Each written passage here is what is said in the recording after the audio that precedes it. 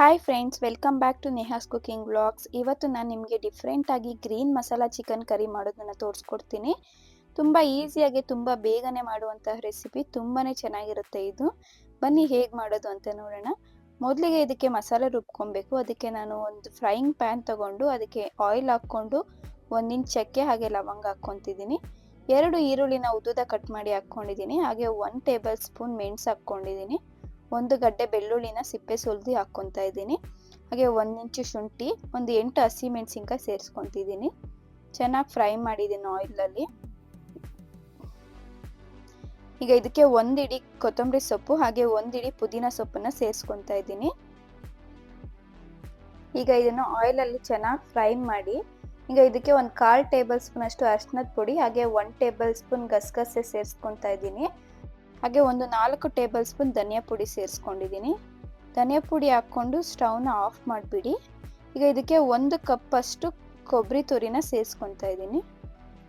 ಚೆನ್ನಾಗಿ ಮಿಕ್ಸ್ ಮಾಡಿ ಇದನ್ನು ಕೂಲ್ ಆಗೋದಕ್ಕೆ ಬಿಡಿ. ಇದೆಲ್ಲ ತಣ್ಣಗಾದ್ಮೇಲೆ ಈಗ ಇದನ್ನು ಪೇಸ್ಟ್ ಮಾಡ್ಕೊಬೇಕು. ನೋಡಿ, ಈ ಥರ ಪೇಸ್ಟ್ ಮಾಡ್ಕೊಂಡಿದ್ದೀನಿ.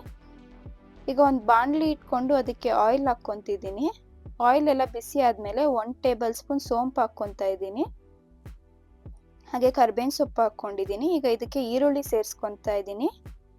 ಈರುಳ್ಳಿ ಎಲ್ಲ ಚೆನ್ನಾಗಿ ಫ್ರೈ ಮಾಡಬೇಕು, ಗೋಲ್ಡನ್ ಕಲರ್ ಬರಬೇಕು, ಅಲ್ಲಿವರೆಗೂ ಫ್ರೈ ಮಾಡಿ. ಈಗ ಇದಕ್ಕೆ ವಾಶ್ ಮಾಡಿ ಇಟ್ಟಿರೋಂಥ ಚಿಕನ್ ಸೇರಿಸ್ಕೊತಾ ಇದ್ದೀನಿ. 1 kg ಚಿಕನ್ನು.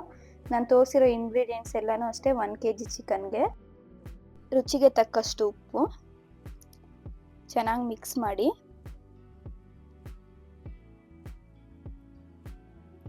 ಈಗ ಇದಕ್ಕೆ ರುಬ್ಬಿಟ್ಟಿರುವಂತಹ ಮಸಾಲೆನ ಸೇರಿಸ್ಕೊತಾ ಇದ್ದೀನಿ.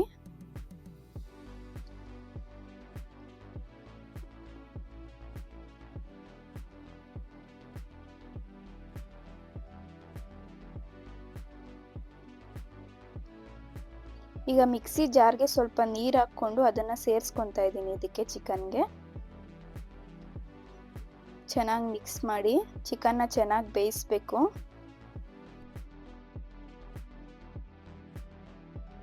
ಈಗ ಇದಕ್ಕೆ ಸ್ವಲ್ಪ ನೀರು ಹಾಕ್ಕೊತಾ ಇದ್ದೀನಿ. ನೀರು ಎಷ್ಟು ಬೇಕೋ ಅಷ್ಟು ನೋಡ್ಕೊಂಡು ಹಾಕ್ಕೊಳ್ಳಿ. ಈಗ ಇದಕ್ಕೆ ಒಂದು 2 ಟೊಮೊಟೊನ ಸಣ್ಣ ಸಣ್ಣದಾಗಿ ಹಚ್ಬಿಟ್ಟು ಹಾಕ್ಕೊತಾ ಇದ್ದೀನಿ. ಫಸ್ಟೇ ಹಾಕ್ಕೋಬೇಡಿ ಟೊಮೊಟೊನ. ನೀರೆಲ್ಲ ಹಾಕಿದ್ದಾದ್ಮೇಲೆ ಟೊಮೊಟೊ ಹಾಕ್ಕೊಳ್ಳಿ. ಈಗ ಇದನ್ನು ಚೆನ್ನಾಗಿ ಮಿಕ್ಸ್ ಮಾಡಿ.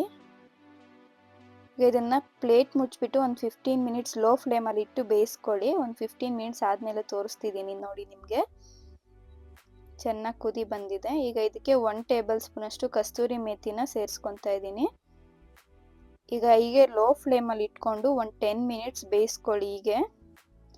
ಹಾಗೆ ಒಂದು ಅರ್ಧ ನಿಂಬೆಹಣ್ಣಿನ ರಸ ಹಾಕ್ಕೊತಾ ಇದ್ದೀನಿ. ನೋಡಿದ್ರಲ್ಲ ಎಷ್ಟು ಈಸಿಯಾಗಿ ಸಿಂಪಲ್ಲಾಗಿ ಗ್ರೀನ್ ಮಸಾಲಾ ಚಿಕನ್ ಕರಿ ಮಾಡೋದು ಅಂತ ಅಂದ್ಬಿಟ್ಟು.